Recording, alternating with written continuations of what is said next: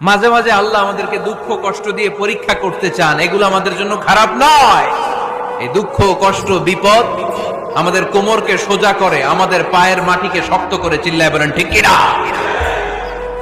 প্রতিকূল পরিবেশে কিভাবে বাঁচতে হয় এই দুঃখ কষ্ট আমাদেরকে শিখায়। এজন্য মুমিন বান্দার বৈশিষ্ট্য হচ্ছে দুঃখ কষ্ট বেদনা জ্বালা এগুলোতে সে আপসেট হয় না, সে হাল ছেড়ে দেয় না, সে ভরসা রাখে একজনের উপর। চিল্লায় বলতে হবে তিনি কে? মাঝে মাঝে আল্লাহ আমাদেরকে দুঃখ কষ্ট দিয়ে পরীক্ষা করতে চান, এগুলো আমাদের জন্য খারাপ নয়। এই দুঃখ কষ্ট বিপদ আমাদের কোমরকে সোজা করে, আমাদের পায়ের মাটিকে শক্ত করে। চিল্লায় বলেন ঠিক কিনা? প্রতিকূল পরিবেশে কিভাবে বাঁচতে হয় এই দুঃখ কষ্ট আমাদেরকে শিখায়। এজন্য মুমিন বান্দার বৈশিষ্ট্য হচ্ছে দুঃখ কষ্ট বেদনা জ্বালা এগুলোতে সে আপসেট হয় না, সে হাল ছেড়ে দেয় না, সে ভরসা রাখে একজনের উপর। চিল্লায় বলতে হবে তিনি কে?